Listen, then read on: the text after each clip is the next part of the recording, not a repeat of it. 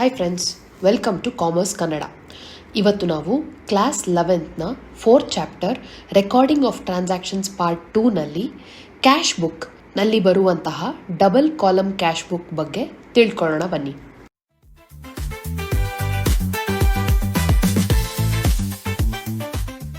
ನಾವು ಹಿಂದಿನ ಕ್ಲಾಸಲ್ಲಿ ನೋಡಿದ್ವಿ, ಕ್ಯಾಶ್ ಬುಕ್ನ 3 ಥರ ವಿಂಗಡಣೆ ಮಾಡ್ತೀವಿ. Single column cash book, double column cash book, petty cash book. Single column cash ಬುಕ್ಕನ್ನು ನಾವು ಹಿಂದಿನ ಕ್ಲಾಸಲ್ಲಿ ಕಲ್ತ್ವಿ. ಈ ಕ್ಲಾಸಲ್ಲಿ ನಾವು ಡಬಲ್ ಕಾಲಮ್ ಕ್ಯಾಶ್ ಬುಕ್ ಬಗ್ಗೆ ತಿಳ್ಕೊಳ್ಳೋಣ. ನೆಕ್ಸ್ಟ್ ಕ್ಲಾಸಲ್ಲಿ ಪೆಟಿ ಕ್ಯಾಶ್ ಬುಕ್ ಬಗ್ಗೆ ಹೇಳ್ಕೊಡ್ತೀನಿ. ಡಬಲ್ ಕಾಲಮ್ ಕ್ಯಾಶ್ ಬುಕ್ ಅಂದರೆ ಏನು? There are 2 columns of amount on each side of the cash book. ಯಾವುದು ಈ 2 ಕಾಲಮ್ಸ್ ಅಂದರೆ, ಮೊದಲನೇದು ಕ್ಯಾಶ್, ಎರಡನೇದು ಬ್ಯಾಂಕ್. ಫ್ರೆಂಡ್ಸ್, ನಾನು ಸಿಂಗಲ್ ಕಾಲಮ್ ಕ್ಯಾಶ್ ಬುಕ್ ಮಾಡುವಾಗ ನಿಮಗೆ ಹೇಳಿದ್ದೆ, ಇಲ್ಲಿ ನಾವು ಬರೀ ಕ್ಯಾಶ್ಗೆ ಸಂಬಂಧಪಟ್ಟಂತಹ ವ್ಯವಹಾರಗಳನ್ನ ಮಾತ್ರ ರೆಕಾರ್ಡ್ ಮಾಡ್ತೀವಿ ಅಂತ. ಅದನ್ನು ಹೇಳೋ ಟೈಮ್ನಲ್ಲೇ ನಾನು ನಿಮಗೆ ಬ್ಯಾಂಕ್ ಬಗ್ಗೆನೂ ಹೇಳಿದ್ದೆ. ಬ್ಯಾಂಕ್ಗೆ ಅಂತ ಸಪ್ರೇಟಾಗಿ ಬುಕ್ ಓಪನ್ ಮಾಡ್ತೀವಿ, ಅದರಲ್ಲೂ ಸಹ ಬ್ಯಾಂಕ್ ಟ್ರಾನ್ಸಾಕ್ಷನ್ಸ್ಗಳನ್ನೆಲ್ಲ ಬರಿತೀವಿ ಅಂತ. ಈ ಡಬಲ್ ಕಾಲಮ್ ಕ್ಯಾಶ್ ಬುಕ್ಕಲ್ಲಿ ಏನು ಮಾಡ್ತಾ ಇದ್ದೀವಿ, ಈ 2 ಸಪರೇಟ್ ಅಕೌಂಟ್ಸ್ಗಳನ್ನ ತೆಗೆದು ಅದನ್ನು ಒಂದೇ ಬುಕ್ಗೆ ಹಾಕ್ತೀವಿ. ಹಾಗಾಗಿ 2 ಕಾಲಮ್ಗಳು ಇಲ್ಲಿ ಎಕ್ಸ್ಟ್ರಾ ಬರುತ್ತೆ. ಅದನ್ನು ನಾನು ಫಾರ್ಮ್ಯಾಟ್ ಹೇಗೆ ಅಂತ ತೋರಿಸ್ತೀನಿ. ಓಕೆನಾ? This helps in getting information about bank and cash account from time to time. ಈಗ ಸಪ್ರೇಟಾಗಿ ಕ್ಯಾಶ್ ಬುಕ್ಕಿಗೆ ಹೋಗಿ ಕ್ಯಾಶ್ ಬ್ಯಾಲೆನ್ಸ್ ಎಷ್ಟಿದೆ ಅಂತ ನೋಡೋದು, ಆಮೇಲೆ ಬ್ಯಾಂಕ್ ಬುಕ್ಗೆ ಹೋಗಿ ಬ್ಯಾಂಕಲ್ಲಿ ಬ್ಯಾಲೆನ್ಸ್ ಎಷ್ಟಿದೆ ಅಂತ ನೋಡೋದು, ಈ ಕ್ರಾಸ್ ವೆರಿಫೈ ಮಾಡೋದು, ಇದು ಎರಡೂ ತಪ್ಪುತ್ತೆ. ಒಂದೇ ಕಡೆ ನಮಗೆ bank information and cash information ಒಟ್ಟಿಗೆ ಸಿಗುತ್ತೆ. All receipts are recorded on the debit side, all payments are recorded on the credit side. ನಾನು ಕ್ಯಾಶ್ ಬುಕ್ ಮಾಡುವಾಗ, ಅಂದರೆ ಸಿಂಗಲ್ ಕಾಲಮ್ ಕ್ಯಾಶ್ ಬುಕ್ ಮಾಡುವಾಗ ಹೇಳ್ಕೊಟ್ಟಿದ್ದೆ ದ್ಯಾಟ್ ಆಲ್ ರೆಸಿಪ್ಟ್ಸ್ ಯಾವ್ಯಾವುದು ನಮ್ಮ ಬಿಸ್ನೆಸ್ಸಿಗೆ ಬರುತ್ತೆ ಅದೆಲ್ಲ ಡೆಬಿಟ್ ಸೈಡ್ ರೆಕಾರ್ಡ್ ಮಾಡ್ತೀವಿ. ನಾವು ಯಾವ ಪೇಮೆಂಟ್ಗಳನ್ನ ಮಾಡ್ತೀವಿ ಅದನ್ನು ಕ್ರೆಡಿಟ್ ಸೈಡ್ ರೆಕಾರ್ಡ್ ಮಾಡ್ತೀವಿ ಅಂತ. ಅದನ್ನೇ ಇಲ್ಲಿ ಹೇಳ್ತಾರೆ, all receipts are recorded on debit side, all payments are recorded on the credit side. Format ಹೇಗಿರುತ್ತೆ? ಫಸ್ಟ್ ಹೆಡ್ಡಿಂಗ್ ಕ್ಯಾಶ್ ಬುಕ್ ಅಂತಲೇ ಬರಿತೀವಿ, ಆದರೆ ನಾವಿಲ್ಲಿ ಬ್ಯಾಂಕ್ ಅಂತ ಒಂದು ಹೊಸ ಕಾಲಮ್ ಮಾಡಿ ಬ್ಯಾಂಕ್ ಟ್ರಾನ್ಸಾಕ್ಷನ್ಸ್ನು ನಾವಿಲ್ಲೇ ಬರಿತೀವಿ. ಮ್ಯಾಮ್, ಕ್ಯಾಶ್ ಬುಕ್ ಅಂತ ಇದೆ, ಮತ್ತು ಇಲ್ಲಿ ಬ್ಯಾಂಕ್ ಹೆಂಗೆ ಬರೆಯೋದು? ಕ್ಯಾಶ್ ಆ್ಯಂಡ್ ಬ್ಯಾಂಕ್ ಬುಕ್ ಅಂತ ಬರಿಬೋದಲ್ಲ? ಇಲ್ಲ, ಮೇನ್ ಹೆಡ್ಡಿಂಗ್ ಏನಂತ ಬರ್ತಿದ್ವಿ? ಕ್ಯಾಶ್ ಬುಕ್ ಅಂತ ತಾನೇ ನಾವು ಬರೆದಿದ್ದು. ಹಾಗಾಗಿ ಇಲ್ಲೂ ಸಹ ಕ್ಯಾಶ್ ಬುಕ್ ಅಂತಲೇ ಬರಿತೀವಿ. ಬಟ್ ನಮಗೆ ಗೊತ್ತಿರಬೇಕು that this is double column cash book. ಓಕೆನಾ? Left side debit side, right side credit side as usual. Debit ಸೈಡಲ್ಲಿ date, receipts, ledger folio, cash, bank. Credit side date, payments, ledger folio, cash and bank. ಓಕೆನಾ? Example solve ಮಾಡೋಣ ಬನ್ನಿ. Purchased goods by cheque. Friends, ನಾವು ಪ್ರಾಬ್ಲಮನ್ನು solve ಮಾಡುವಾಗ 2 questions ಕೇಳಬೇಕು. ಮೊದಲನೇದು, ಇದು ಬ್ಯಾಂಕ್ ಟ್ರಾನ್ಸಾಕ್ಷನ್ನ ಅಥವಾ ಕ್ಯಾಶ್ ಟ್ರಾನ್ಸಾಕ್ಷನ್ನ? ಎರಡನೇದು, ಇದು ರೆಸಿಪ್ಟಾ ಅಥವಾ ಪೇಮೆಂಟಾ? ಪರ್ಚೇಸ್ಡ್ ಗೂಡ್ಸ್ ಬೈ ಚೆಕ್ ಇದನ್ನು ನಾವು ಜರ್ನಲ್ನಲ್ಲಿ ಬರೆಯೋ ಹಾಗಿದ್ರೆ ಏನು ಬರೀತಾ ಇದ್ವಿ? ಪರ್ಚೇಸ್ಡ್ ಗೂಡ್ಸ್ ಒಳಗೆ ಬಂದಿದೆ, ಸೊ ನಾವು ಅದನ್ನು ಪರ್ಚೇಸಸ್ ಅಕೌಂಟ್ ಅಂತ ಬರಿತೀವಿ. ಹೌದಾ? ಪರ್ಚೇಸಸ್ ಅಕೌಂಟ್ ಟು ಚೆಕ್ ಕೊಟ್ಟಿದ್ದೀವಿ, ಹಾಗಾಗಿ ಟು ಬ್ಯಾಂಕ್. ಓಕೆನಾ? ಇಲ್ಲಿ 2 ವಿಷಯ ಕ್ಲಿಯರ್ ಆಗುತ್ತೆ. ಮೊದಲನೇದು, ಇದು ಬ್ಯಾಂಕ್ಗೆ ಸಂಬಂಧಪಟ್ಟಂತಹ ವಿಷಯ. ಇಲ್ಲಿ ಬ್ಯಾಂಕಿಂದ ದುಡ್ಡು ಹೊರಗೆ ಹೋಗ್ತಾ ಇದೆ, ಗೂಡ್ಸ್ ಒಳಗಡೆ ಬರ್ತಾ ಇದೆ. ಸೊ ನಾವು ಬ್ಯಾಂಕ್ ವಿಷಯ ಮಾತಾಡ್ತಿರುವಾಗ ಪರ್ಚೇಸಸ್ ನಮಗೇನಾಗುತ್ತೆ? ಪೇಮೆಂಟ್ ಆಗುತ್ತೆ. ಇದು ನಮಗೆ ರೆಸಿಪ್ಟ್ ಅಲ್ಲ, ಪೇಮೆಂಟ್ ಮಾಡಿದ್ದೀವಿ ನಾವು. ಹಾಗಾಗಿ ಇದು ನಮಗೆ ಪರ್ಚೇಸಸ್ ಪೇಮೆಂಟ್ ಆಗುತ್ತೆ. ಈ 2 ಕ್ವೆಶನ್ಸ್ನ ನಾವು ಸಾಲ್ವ್ ಮಾಡಿದ್ಮೇಲೆ ಇಲ್ಲಿ ಬರೆಯೋದು ತುಂಬ easy. Purchased goods by cheque, ಇದು ಪೇಮೆಂಟ್, ಸೊ ಪೇಮೆಂಟ್ ಕಾಲಮ್ನಲ್ಲಿ ಬರೆಯೋಣ. ಓಕೆನಾ? ಪೇಮೆಂಟ್ ಕಾಲಮ್ನಲ್ಲಿ ಏನಂತ ಬರಿಬೇಕು? ಪರ್ಚೇಸಸ್ ಅಂತ ಬರಿಬೇಕು. ಪರ್ಚೇಸ್ ಮಾಡಿದ್ದೀವಿ, ಪರ್ಚೇಸಸ್. ಕ್ಯಾಶ್ ಟ್ರಾನ್ಸಾಕ್ಷನ್ನ ಬ್ಯಾಂಕ್ ಟ್ರಾನ್ಸಾಕ್ಷನ್ನ? Bank transaction. ಸೇ ಇಲ್ಲಿ ಒಂದು 15,000 ರೂಪಾಯಿ ಅಷ್ಟು ತೊಗೊಂಡಿದ್ದೀವಿ ಅಂದರೆ ಇದು ಕ್ಯಾಶಲ್ಲಿ ನಾವು ಡ್ಯಾಶ್ ಹಾಕ್ತೀವಿ, ಬ್ಯಾಂಕ್ ಕಾಲಮ್ನಲ್ಲಿ ನಾವು 15,000 ರೂಪಾಯಿ ಬರಿತೀವಿ. ಪೇಯ್ಡ್ ಸ್ಯಾಲ್ರಿ ಅಂತ ಹೇಳ್ತಾರೆ. ಇಲ್ಲಿ ಪೇಯ್ಡ್ ಸ್ಯಾಲರಿ ಅಂತ ಬರೆದು ಯಾವುದೇ ರೀತಿಯಾದ ಡಿಸ್ಕ್ರಿಪ್ಷನ್ ಕೊಟ್ಟಿಲ್ಲ ಅಂದರೆ ಅದನ್ನು ನಾವು ಕ್ಯಾಶ್ ಅಂತಲೇ ಟ್ರೀಟ್ ಮಾಡ್ತೀವಿ. ಓಕೆ, ಈ ಕ್ವೆಶ್ಚನಲ್ಲಿ ನೀವೇ ಹೇಳಿ, ಇದು ಬ್ಯಾಂಕ್ ಟ್ರಾನ್ಸಾಕ್ಷನ್ನ ಕ್ಯಾಶ್ ಟ್ರಾನ್ಸಾಕ್ಷನ್ನ? Cash transaction. ಓಕೆ, ಇದು ಪೇಮೆಂಟಾ ರೆಸಿಪ್ಟಾ? ಇದು ಪೇಮೆಂಟ್. ಹಾಗಾಗಿ ಇಲ್ಲಿ ನಾವು ಬರೆಯುವಾಗ ಸ್ಯಾಲರಿ, ಯಾಕೆಂದರೆ ಇದು ಪೇಮೆಂಟ್ ಸೈಡಲ್ಲಿ ಬರುತ್ತೆ, ಪೇಮೆಂಟ್ ಆಗಿರೋದ್ರಿಂದ ಸ್ಯಾಲರಿ. ಕ್ಯಾಶಲ್ಲಿ ಕೊಟ್ಟಿದ್ದೀವ, ಬ್ಯಾಂಕಲ್ಲಿ ಕೊಟ್ಟಿದ್ದೀವ, ಚೆಕ್ ಕೊಟ್ಟಿದ್ದೀವ? ಸೊ ಕ್ಯಾಶ್ ಕೊಟ್ಟಿರೋದ್ರಿಂದ ಬ್ಯಾಂಕ್ನಲ್ಲಿ ನಾವು ಡ್ಯಾಶ್ ಹಾಕ್ತೀವಿ. ಸ್ಯಾಲರಿನ ಕ್ಯಾಶ್ ಕಾಲಮ್ ಕೆಳಗೆ ಫಾರ್ ಎಕ್ಸಾಂಪಲ್ 5,000 ರೂಪಾಯಿ ಕೊಟ್ಟಿದ್ದೀವಿ ಅಂದ್ಕೊಂಡ್ರೆ 5,000 ರೂಪಾಯಿ ಇಲ್ಲಿ ಬರಿತೀವಿ. Next sale of goods for cash. ಇದು ಕ್ಯಾಶ್ ಟ್ರಾನ್ಸಾಕ್ಷನ್ನ ಬ್ಯಾಂಕ್ ಟ್ರಾನ್ಸಾಕ್ಷನ್ನ? ಇದು cash transaction. Sale of goods ಹೊರಗಡೆ ಹೋಗ್ತಾ ಇದೆ, ಕ್ಯಾಶು ಒಳಗಡೆ ಬರ್ತಾ ಇದೆ. Cash account to sales account, ಹೌದಾ? ಇಲ್ಲಿ ಕ್ಯಾಶ್ ಒಳಗಡೆ ಬರ್ತಾ ಇರೋದ್ರಿಂದ it is a receipt. So ಹಾಗಾಗಿ ನಾವಿಲ್ಲಿ ಸೇಲ್ಸ್ ಅಂತ ಬರಿತೀವಿ. Sales account. ಇದು ಕ್ಯಾಶಾ ಬ್ಯಾಂಕಾ? ಬ್ಯಾಂಕ್ ಅಲ್ಲ, ಹಾಗಾಗಿ ಬ್ಯಾಂಕ್ ಕೆಳಗಡೆ ನಾವು ಡ್ಯಾಶ್ ಬರಿತಾ ಇದ್ದೀವಿ. ಕ್ಯಾಶ್ ಕಾಲಮ್ ಕೆಳಗಡೆ ನಾವು ಅರೌಂಡ್ 6,000 ರೂಪಾಯಿ ಅಂತ ಇರ್ಬೋದು, ನಾವಿಲ್ಲಿ 6,000 ರೂಪಾಯಿ ಬರಿತೀವಿ. ಸೊ ಈ 2 ಕ್ವೆಶ್ಚನ್ಸ್ ನೀವು ನಿಮ್ಮ ಮನಸ್ಸಿನಲ್ಲೇ ಕೇಳಿಕೊಂಡ್ರೆ ಪ್ರಾಬ್ಲಮ್ಸು ತುಂಬ ಈಸಿ ಆಗುತ್ತೆ ಸಾಲ್ವ್ ಮಾಡೋಕ್ಕೆ. ಫ್ರೆಂಡ್ಸ್, ಇದು ಒಂದು different kind of question. When cash is deposited or withdrawn from bank. ಮುಂಚೆ ಏನು ಮಾಡ್ತಿದ್ವಿ? ಕ್ಯಾಶ್ ಬುಕ್ ಒಂದೇ ಸಪ್ರೇಟಾಗಿ ಬರಿತಾ ಇದ್ವಿ, ಬ್ಯಾಂಕ್ ಬುಕ್ ಸಪ್ರೇಟಾಗಿ ಬರಿತಾ ಇದ್ವಿ. ಸೊ ಹಾಗಾಗಿ ಫಸ್ಟ್ ತಗೊಳ್ಳೋಣ, ಇದು ಮಾತ್ರ ಫಸ್ಟ್ ಸಾಲ್ವ್ ಮಾಡೋಣ. ವೆನ್ ಕ್ಯಾಶ್ ಇಸ್ ಡೆಪಾಸಿಟೆಡ್, ನಮ್ಮ ಬಿಸ್ನೆಸ್ಸಿಗೆ ಕ್ಯಾಶು ಹೊರಗಡೆ ಹೋಗ್ತಾ ಇದೆ. ಸೊ ಟ್ರಾನ್ಸಾಕ್ಷನ್ ಬರೆಯುವಾಗ ಏನು ಬರಿತಾ ಇದ್ವಿ? Bank account to cash account, ಹೌದಾ? ಇದನ್ನು ನಾವು ಇಲ್ಲಿ ಹೇಗೆ ಬರಿತಾ ಇದ್ವಿ? ಕ್ಯಾಶ್ ಬುಕ್ಕಲ್ಲಿ ನಾವು ಬ್ಯಾಂಕ್ಗೆ ದುಡ್ಡು ಕಟ್ಟಿದ್ದೀವಿ, so it is a payment for us ಅಂತ ಬರೆದು ಕ್ಯಾಶ್ ಬುಕ್ಕಲ್ಲಿ ಏನು ಬರಿತಾ ಇದ್ವಿ? ಬ್ಯಾಂಕ್ ಅಂತ ಬರಿತಾ ಇದ್ವಿ. ಫಾರ್ ಅಬೌಟ್ 10,000 ರೂಪೀಸ್ ಅಂತ ಅಂದ್ಕೊಳ್ಳೋಣ, ಓಕೆನಾ? ಅದೇನೇ ಬ್ಯಾಂಕ್ ಬುಕ್ಕಲ್ಲಿ ನಾವು ರೆಸಿಟ್ ಅಂದರೆ ಬ್ಯಾಂಕ್ ಒಳಗೆ ದುಡ್ಡು ಬಂದಿದೆ, ಕ್ಯಾಶ್ ಬಂದಿದೆ, ಅದೇ 10,000 ರೂಪಾಯಿ ಅಂತ ಬರಿತಾ ಇದ್ವಿ. ಆದರೆ ಇಲ್ಲಿ ಡಬಲ್ ಕಾಲಮ್ ಕ್ಯಾಶ್ ಬುಕ್ಕಲ್ಲಿ ಇದು 2 ಅಕೌಂಟ್ಗಳನ್ನು ಅವರು ಕಂಬೈನ್ ಮಾಡಿದ್ದಾರೆ. ನಾವು ಹಾಗೆ ಮಾಡೋಣ. ಇಲ್ಲಿ ಬ್ಯಾಂಕ್ಗೆ ನಾವು ದುಡ್ಡು ಕಟ್ಟಿದ್ದೀವಿ ಅಂತ ಬರಿತೀವಿ. ಹಾಗಾಗಿ ಕ್ಯಾಶ್ ಅಕೌಂಟಲ್ಲಿ ನಾವು 10,000 ರೂಪೀಸ್ ಬರಿತೀವಿ. ಇಲ್ಲಿ ನೋಡಿ 10,000 which is cash. So cash book ಇಲ್ಲಿದೆ, ನಾವು ಕ್ಯಾಶ್ ಕಾಲಮ್ ಕೆಳಗೆ 10,000 ರೂಪೀಸ್ ಅಂತ ಬರಿತೀವಿ, ಬ್ಯಾಂಕ್ಗೆ ನಿಲ್ ಹಾಕ್ತೀವಿ. ಅದೇನೇ ಬ್ಯಾಂಕ್ ಬುಕ್ ಬರಿತಾ ಇದ್ದೀವಿ ಅಂತ ಅಂದ್ಕೊಳ್ಳೋಣ. ಇಲ್ಲಿ ನಮಗೆ ಕ್ಯಾಶ್ ಒಳಗಡೆ ಬಂತು ಅಂತ ಬರಿತೀವಿ, ಇಲ್ಲಿ ನಾವು ನಿಲ್ ಅಂತ ಹಾಕ್ತೀವಿ. ಬ್ಯಾಂಕ್ ಆಗಿರೋದ್ರಿಂದ ಇಲ್ಲಿ ನಾವು 10,000 ರೂಪೀಸ್ ಬರಿತೀವಿ. ಇದು ಬ್ಯಾಂಕ್ ಬುಕ್ಕು, ಇದು cash book. As simple as that, ಓಕೆನಾ? Next withdrawn from bank. ಈ ಪಾರ್ಟ್ ಆಫ್ ದ ಪ್ರಾಬ್ಲಮ್ನ ಸಾಲ್ವ್ ಮಾಡೋಣ.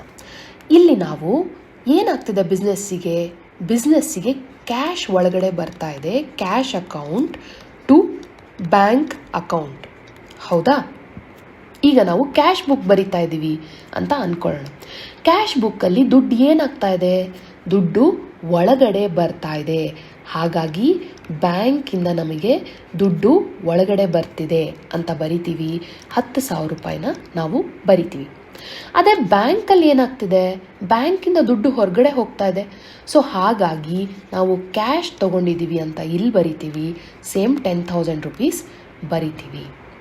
ಇದು 2 ಕಾಲಮ್ನು ಕಂಬೈನ್ ಮಾಡಿದ್ರೆ ಏನಾಗುತ್ತೆ? ಇಲ್ಲಿ ಬ್ಯಾಂಕಿಂದ ನಮಗೆ ದುಡ್ಡು ಬಂದಿದೆ ಒಳಗೆ ಅಂತ ಬರಿತೀವಿ. ಇಲ್ಲಿ ಕ್ಯಾಶ್ ಬುಕ್ ಆಗಿರೋದ್ರಿಂದ ಇಲ್ಲಿ ನಾವು 10,000 ರೂಪೀಸ್ ಬರಿತೀವಿ. ಇಲ್ಲಿ ಕ್ಯಾಶ್ ತೊಗೊಂಡಿದ್ದೀವಿ ಅಂತ ಬರಿತೀವಿ, ಬ್ಯಾಂಕ್ ಅಕೌಂಟಲ್ಲಿ ಬರೆಯೋದ್ರಿಂದ 10,000 ರೂಪೀಸ್ ಆಗುತ್ತೆ. ಫ್ರೆಂಡ್ಸ್, ಈ 2 ಟ್ರಾನ್ಸಾಕ್ಷನ್ನು ಸ್ವಲ್ಪ ಕನ್ಫ್ಯೂಸಿಂಗ್ ಆಗಿದೆ, ಬಟ್ ನೀವು ಸಮ್ಸ್ ಮಾಡ್ತಾ ನಿಮಗೆ ಒಂದು ಅಂದಾಜು ಸಿಗುತ್ತೆ.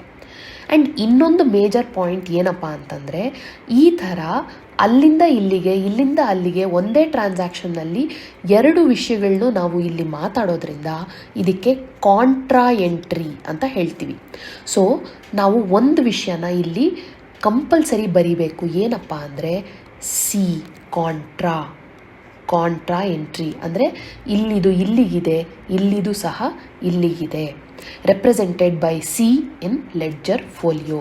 ಈ ಥರ ಡಬಲ್ ಎಂಟ್ರಿ, ಅಲ್ಲಿಂದ ಅಲ್ಲಿಗೆ ಕ್ರಾಸ್ ಎಂಟ್ರಿಗಳು ಬರುವಾಗ ನಾವು ಕಾಂಟ್ರಾ ಅಂತ ಲೆಡ್ಜರ್ ಫೋಲಿಯೋದಲ್ಲಿ ಬರಿತೀವಿ. ಇದನ್ನು ಇನ್ನೂ ಒಂದಷ್ಟು ಸಾಲ್ವ್ ಮಾಡ್ತಾ ನಿಮಗೆ ಗೊತ್ತಾಗುತ್ತೆ. ಆ್ಯಂಡ್ ನೆಕ್ಸ್ಟ್ ಬರೋ ಪ್ರಾಬ್ಲಮ್ನಲ್ಲಿ ನಾನು ನಿಮಗೆ ಇದನ್ನು ಹೇಳ್ಕೊಡ್ತೀನಿ. ಇಲ್ಲಿ ಒಂದು ಕ್ವೆಶ್ಚನ್ ಕೊಟ್ಟಿದ್ದಾರೆ, ಇದನ್ನು ಸಾಲ್ವ್ ಮಾಡೋಣ ಬನ್ನಿ. ಇದ್ರದ್ದೊಂದು ಸ್ಕ್ರೀನ್ಶಾಟ್ ತೆಗೆದಿಟ್ಕೊಳ್ಳಿ. Cash book heading, debit side, credit side, date, receipt, cash, bank, date, receipt, ledger folio, cash and bank. ಇಲ್ಲಿ ನಾವು ಕ್ಯಾಶ್ ಬುಕ್ಕಲ್ಲಿ ಏನು ಎಂಟ್ರಿ ಮಾಡ್ತಿದ್ವಿ ಅದನ್ನು ಎಂಟ್ರಿ ಮಾಡ್ತೀವಿ. ಇಲ್ಲಿ ನಾವು ಬ್ಯಾಂಕ್ ಬುಕ್ಕಲ್ಲಿ ಏನು ಎಂಟ್ರಿ ಮಾಡ್ತಿದ್ವಿ ಅದನ್ನು ಎಂಟ್ರಿ ಮಾಡ್ತೀವಿ. ಇಲ್ಲಿ ನಾವು ಕ್ಯಾಶ್ ಬುಕ್ಕಲ್ಲಿ ಪೇಮೆಂಟ್ ಮಾಡುವಂತಹ ಪೇಮೆಂಟ್ಸ್ನೆಲ್ಲ ಇಲ್ಲಿ ಬರಿತೀವಿ. ಇಲ್ಲಿ ನಾವು ಬ್ಯಾಂಕ್ ಬುಕ್ಕಲ್ಲಿ ಮಾಡುವಂತಹ ಪೇಮೆಂಟ್ಸ್ನೆಲ್ಲ ಇಲ್ಲಿ ಬರಿತೀವಿ. Okay, we will start the example. September 1 bank balance 42,000 rupees. ಇದು ಬ್ಯಾಂಕ್ ಬಗ್ಗೆ ಮಾತಾಡ್ತಿದ್ದೀವಿ, ಹಾಗಿದ್ರೆ ಈ ಕಾಲಮ್ನಲ್ಲಿ ಬರಿಬೇಕು. ಏನು? September 1 bank balance. So balance brought down. ಹೌದಾ? ಬ್ಯಾಂಕ್ ಕಾಲಮ್ ಬರಿತಾ ಇದ್ದೀವಿ. ಸೊ ಕ್ಯಾಶ್ ಕಾಲಮ್ನಲ್ಲಿ ಏನೂ ಇಲ್ಲ, 42,000 rupees.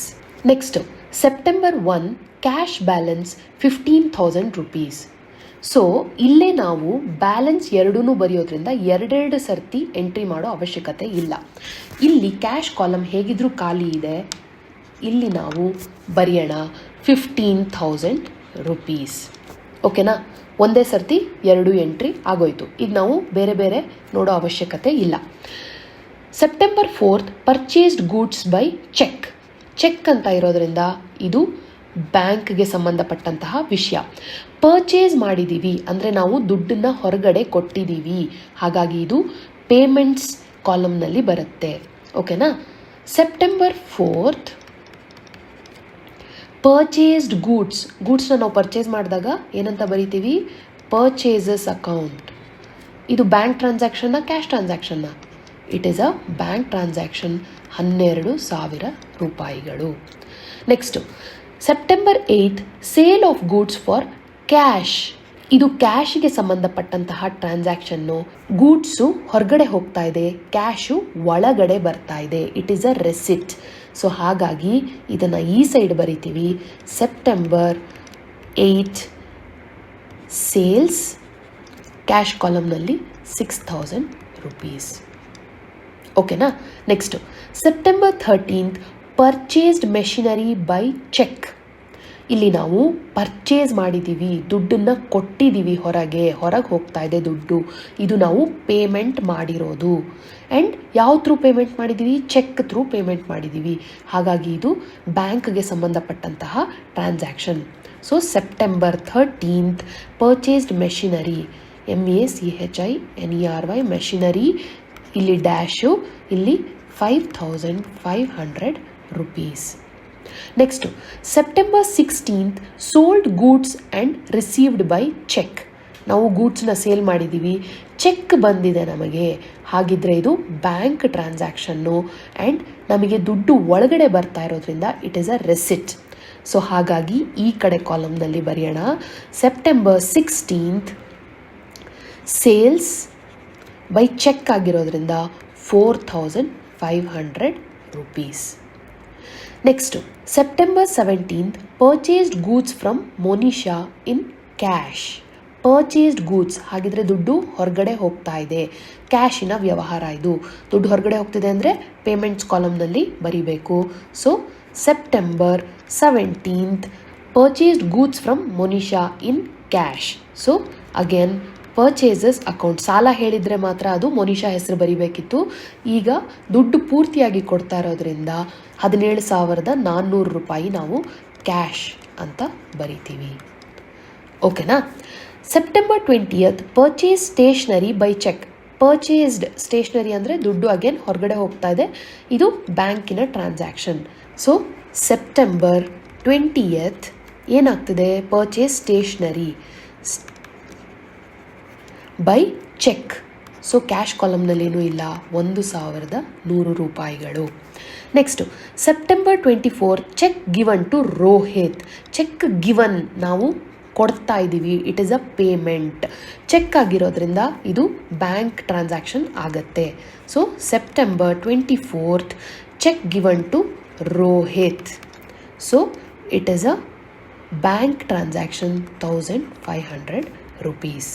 Next September 27 cash withdrawn from bank. Friends, ಇದೇ ಟ್ರಾನ್ಸಾಕ್ಷನ್ ಬಗ್ಗೆ ನಾವು ಮಾತಾಡ್ತಾ ಇದ್ದಿದ್ದು. ಈಗ ನಾವು ಫಸ್ಟು ಕ್ಯಾಶ್ ಅಕೌಂಟ್ ಆಗಿ ಯೋಚನೆ ಮಾಡೋಣ.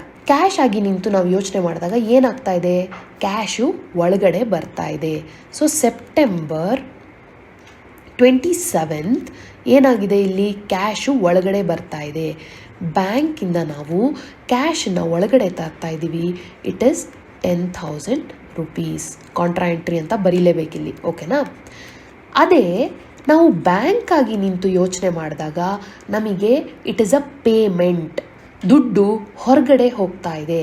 ಹಾಗಾಗಿ ಸೆಪ್ಟೆಂಬರ್ 27 ಇಲ್ಲಿ ನಾವು ಕ್ಯಾಶ್ ಅಂತ ಬರಿತೀವಿ.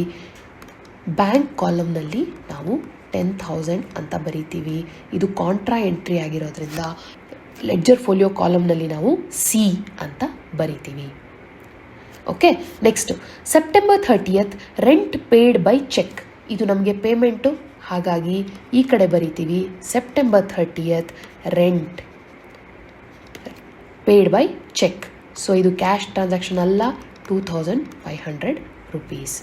Next September 30 paid salary. ಇಲ್ಲಿ ಅವರು ಚೆಕ್ ಅಂತ ಹೇಳಿಲ್ಲ, ಹಾಗಾಗಿ we assume that it is in cash. ಹಾಗಾಗಿ salary is a payment for us. ನಾವು ಅದನ್ನು ದುಡ್ಡಿನ ರೂಪದಲ್ಲಿ ಕೊಡ್ತಾ ಇದ್ದೀವಿ, ಚೆಕ್ಕಿನ ರೂಪದಲ್ಲಿ ಅಲ್ಲ. ಈಗ ನಾವು ಎರಡೂ ಕಡೆ ಅಕೌಂಟ್ಗಳನ್ನ ಬ್ಯಾಲೆನ್ಸ್ ಮಾಡಬೇಕು. ಬ್ಯಾಲೆನ್ಸ್ ಮಾಡೋಣ ಬನ್ನಿ.